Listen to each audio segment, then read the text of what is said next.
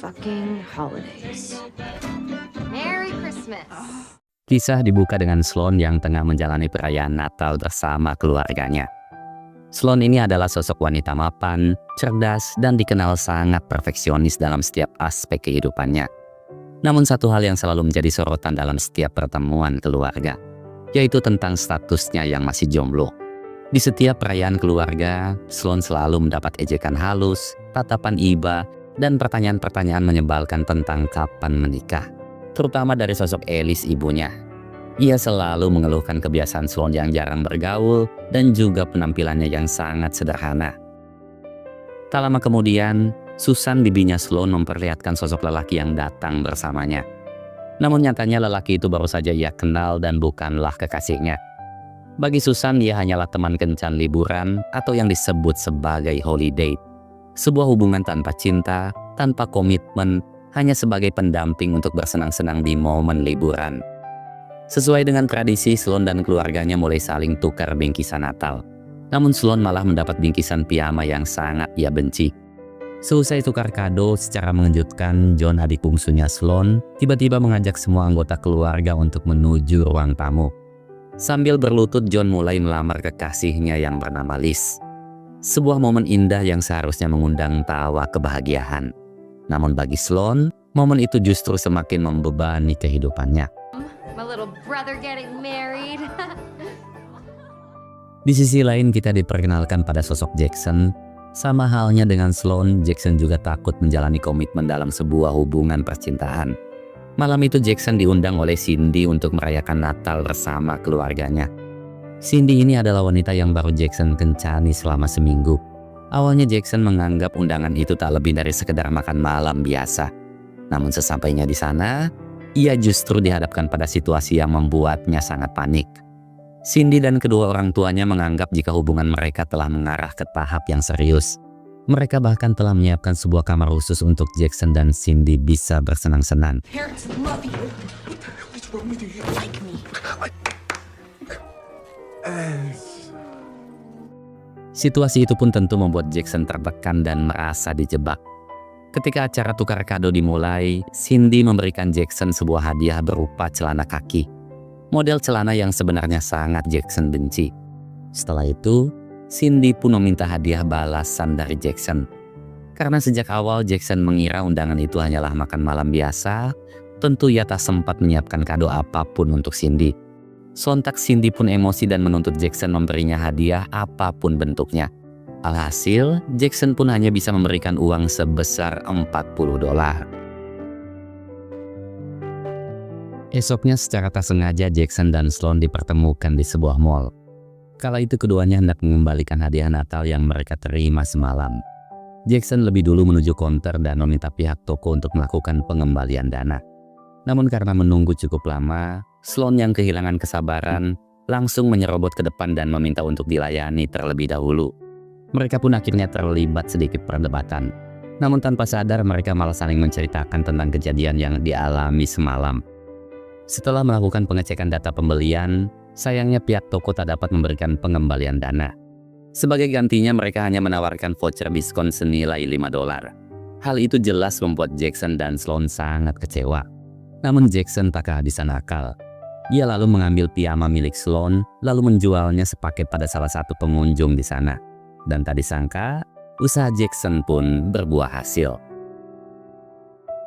Sebelum berpisah, Jackson dan Sloan kembali melanjutkan perbincangan tentang kejadian memalukan yang mereka alami semalam.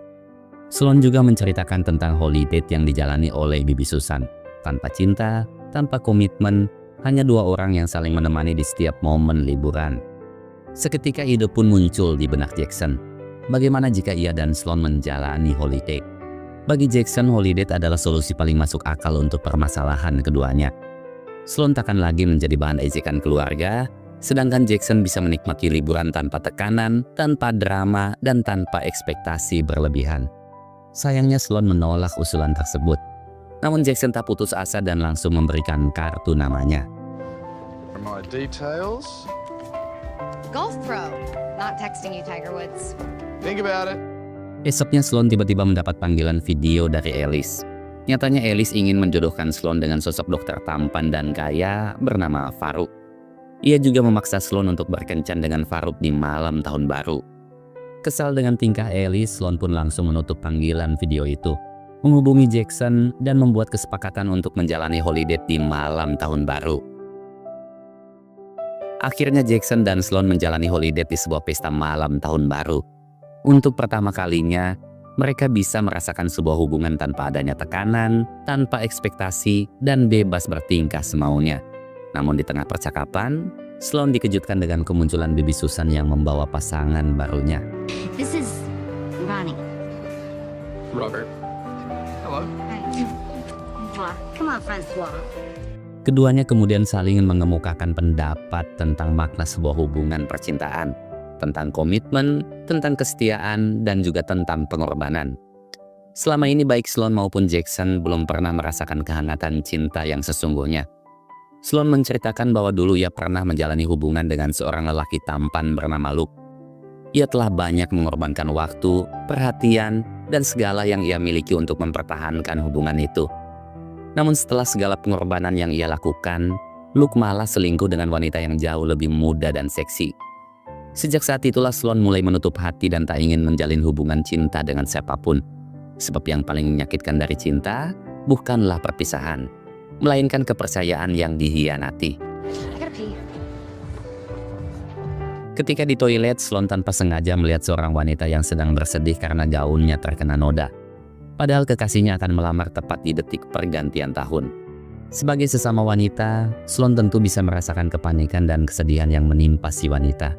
Tanpa basa-basi, ia langsung menawarkan untuk menukar gaunnya. Sambil menantikan momen pergantian tahun, Sloan dan Jackson berjoget bersama, menikmati suasana pesta dengan penuh tawa dan tanpa beban. Hingga tiba-tiba sebuah insiden memalukan pun terjadi.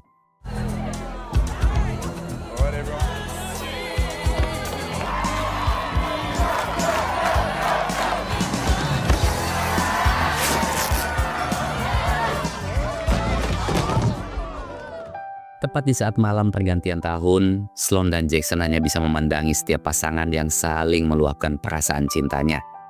Pemandangan itu membuat Sloan dan Jackson nampak diselimuti kehampaan. Seolah ada kekosongan di hati yang diam-diam merindukan kehangatan sebuah cinta. Hingga kemudian, Jackson pun mengecup pipi Sloan. Di sepanjang perjalanan pulang, Jackson menanyakan tentang kencan lanjutan di malam Valentine. Namun Sloan mengatakan bahwa Valentine masih 2 bulan lagi. Dalam rentang waktu tersebut banyak hal yang bisa saja terjadi. Dan mungkin saja ia sudah memiliki pasangan holiday lainnya. Mendengar jawaban itu, Jackson pun hanya bisa terdiam tanpa kata. Singkat waktu di hari Valentine, ketika Sloan sedang membeli coklat, tanpa sengaja ia bertemu dengan Luke, mantan kekasihnya. Situasi pun semakin canggung saat Sloan melihat Felicity, kekasih barunya Luke, yang jauh lebih seksi dan cantik darinya. Secara kebetulan Jackson yang juga hendak membeli coklat melihat kejadian tersebut. Tanpa pikir panjang, ia pun langsung mendatangi Sloan dan bertingkah seolah ia dan Sloan adalah sepasang kekasih. Setelah itu Jackson pamit dan mengajak Sloan untuk ikut bersamanya.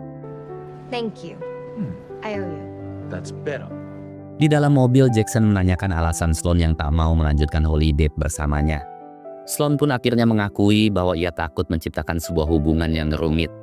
Menurutnya hubungan teman tapi mesra akan berujung pada kekacauan. Salah satu pihak bisa diam-diam jatuh cinta, dan yang satunya akan pergi begitu saja. Namun Jackson menjelaskan bahwa hal itu terjadi jika keduanya menjalani hubungan yang intens dan saling menuntut satu sama lain. Tapi jika semuanya dijalani dengan batas yang jelas dan hanya untuk bersenang-senang di momen liburan, maka segalanya akan tetap aman terkendali. Keduanya pun akhirnya sepakat melanjutkan holiday di setiap liburan. Namun tentu dengan berbagai ketentuan yang jelas, tanpa tuntutan, tanpa seks, dan tanpa kencan romantis. Ketika Sloan dan Jackson sedang menjalani holiday di salah satu pesta perayaan, ia dikejutkan dengan kemunculan Liz, John, dan juga kakaknya Abby. Sloan juga kaget karena nyatanya Jackson adalah pelatih golfnya John. Abby tentu sangat senang melihat Sloan yang kini telah memiliki pasangan. Menurut Abby, Jackson adalah pria yang tampan, baik, dan sangat atletis. Pada intinya ia sangat cocok bersanding dengan Sloan. Namun Sloan menjelaskan bahwa hubungannya dengan Jackson hanyalah sebatas teman. Lagi pula ia juga yakin jika dirinya bukanlah tipe wanita idaman bagi Jackson. Hi. Happy Easter, my little bunnies. Singkat waktu, Sloan mengundang Jackson untuk merayakan pesta Paskah bersama keluarganya. Tak disangka di sana juga ada Farouk yang sedang menggunakan pakaian badut. Ellie selalu memperkenalkan Farouk pada Sloan dan memintanya untuk duduk berdampingan. Namun melihat ekspresi Sloan yang seolah merasa tak nyaman, Farouk pun memutuskan untuk pergi. Kesal dengan sikap Sloan, Ellie pun menasihati agar Sloan mulai memikirkan masa depannya. Usia Sloan kini sudah menginjak 30 dan sudah waktunya ia menjalani sebuah hubungan yang nyata. Bukan menjalani kencan settingan seperti yang ia lakukan bersama Jackson.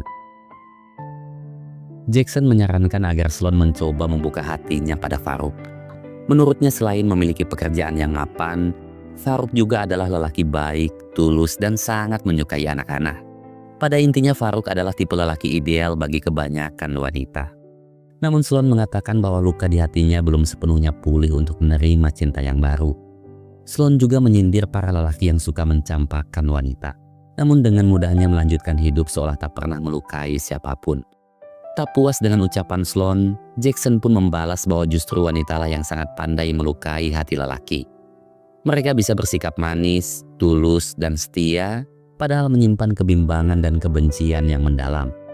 Saat itulah Jackson membuka kisah luka masa lalunya. Dulu ia juga pernah jatuh cinta dan mengorbankan segalanya untuk wanita yang sangat ia cintai. Namun pada akhirnya, wanita itu malah mencampakkan Jackson tanpa penjelasan dan tanpa alasan. Seolah ia hanya dijadikan persinggahan semata. Mendengar hal itu, Sloan pun mulai memahami satu hal, bahwa di balik senyuman yang selalu Jackson tunjukkan, tersimpan luka kekecewaan yang begitu mendalam. Think this is gonna be enough? Let's get this party started. Jackson dan Sloan pun terus melanjutkan holiday di berbagai pesta perayaan. Ketika merayakan pesta kemerdekaan, Jackson berinisiatif untuk main petasan bersama John dan kawan-kawan. Sedangkan Sloan, Susan, dan juga Liz sibuk bergosip. Tak lama kemudian, John memberitahu Sloan bahwa jari tangan Jackson putus akibat petasan. Hal itu tentu saja membuat Sloan begitu panik. Apalagi saat ia diminta untuk mengantar Jackson ke rumah sakit. Technically, I'm wasted. Switch the car! Selesai sukses menjalani operasi, Sloan pun mengantar Jackson pulang ke kediamannya. Dengan penuh perhatian, Sloan memapah Jackson dan mendudukkannya di atas sofa. Sloan juga telah memesan makanan, menyiapkan obat, dan segala hal yang Jackson butuhkan. Secara spontan Jackson pun menggenggam tangan Sloan. Sebuah sentuhan sederhana yang menuntun keduanya pada tatapan penuh makna. Seolah keduanya mulai merasakan getaran jiwa yang sulit untuk dijelaskan. I think I'm fine.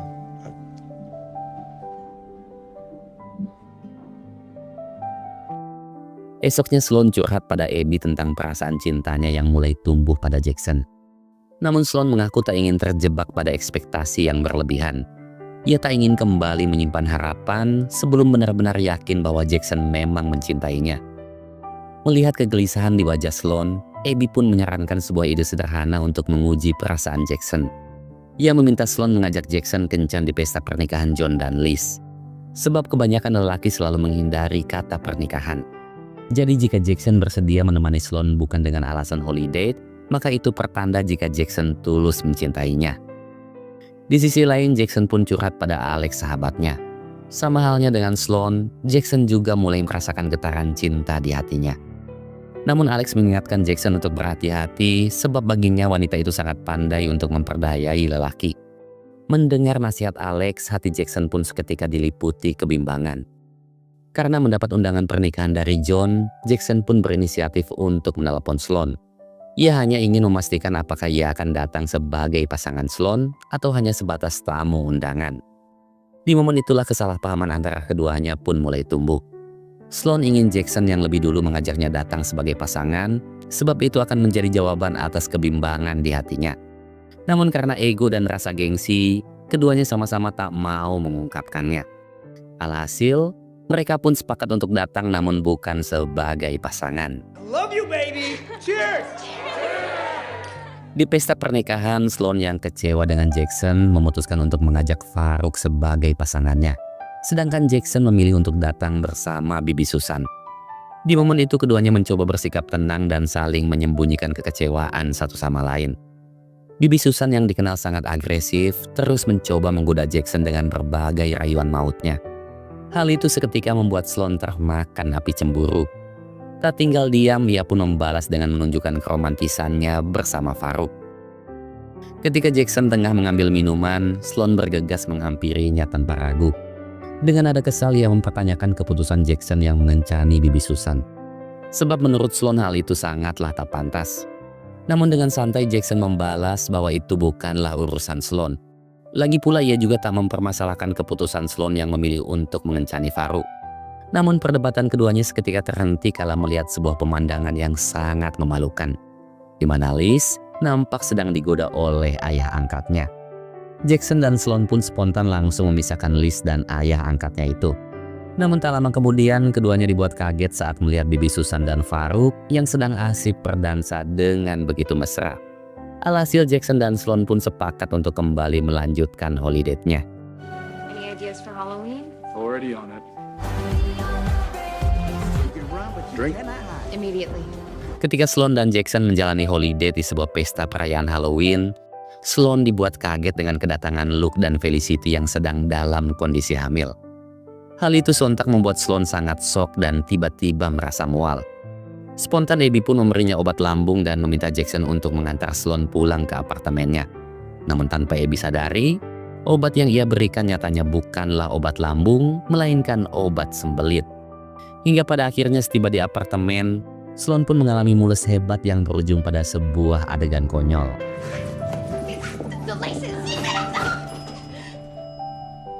Jeez, you're locked up like Houdini in this.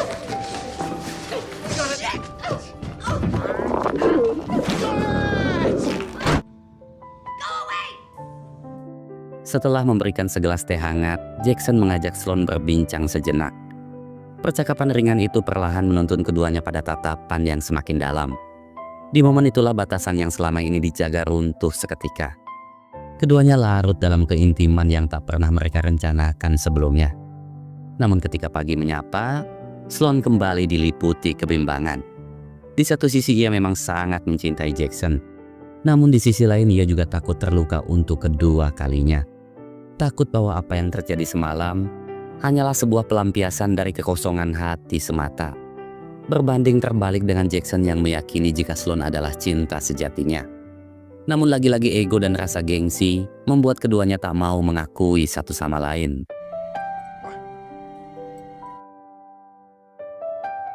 Di perayaan Thanksgiving, Jackson datang untuk melanjutkan holiday-nya bersama Sloan. Namun hubungan keduanya kini nampak begitu canggung. Percakapan keduanya sangat kaku, begitu juga dengan senyuman yang nampak dipaksakan. Mereka seolah masih saling menyembunyikan kekecewaan satu sama lain. Ketika menemani Sloan belanja di swalayan, Jackson akhirnya mengungkapkan betapa ia sangat mencintai Sloan. Seketika Sloan pun terdiam dan kembali diliputi ketakutan.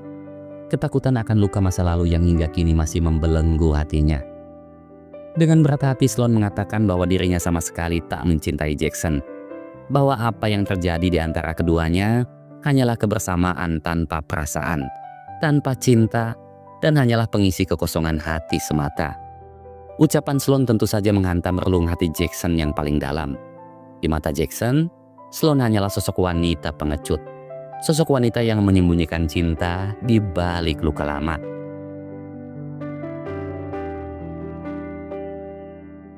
Sekembali ke rumah, Abby dan yang lainnya pun menanyakan tentang keberadaan Jackson. Namun Sloan mengatakan bahwa ia dan Jackson telah sepakat untuk tak melanjutkan holiday-nya. Sebagai kakak, Abby tentu tahu jika sebenarnya Sloan sangat mencintai Jackson. Dengan nada kesal ia menasihati agar Sloan tak lagi menyangkal perasaannya. Ia juga mengingatkan bahwa kejujuran untuk mengakui cinta memang terkadang menakutkan. Namun hadapilah sebelum penyesalan datang dengan cara yang jauh lebih menyakitkan. Tepat di malam Natal, ketika Sloan, Liz, Abby, dan anaknya sedang belanja di mall, tak disangka Sloan kembali dipertemukan dengan Jackson. Namun keduanya hanya saling menatap tanpa kata. Spontan Abby dan yang lainnya memaksa Sloan untuk mengungkapkan cintanya pada Jackson. Pertemuan itu adalah sebuah pertanda jika semesta ingin menyatukan cinta keduanya. Awalnya Sloan bertingkah acuh dan menolak dengan berbagai alasan. Namun Daisy keponakannya dengan polos mengatakan bahwa hidup hanya sesekali memberi kita sebuah momen. Dan jika momen itu disia-siakan, maka Sloan akan menyesal di masa depan. Kalimat sederhana itu pun seketika menyadarkan Sloan betapa ia sangat mencintai Jackson. Excuse me! Jackson!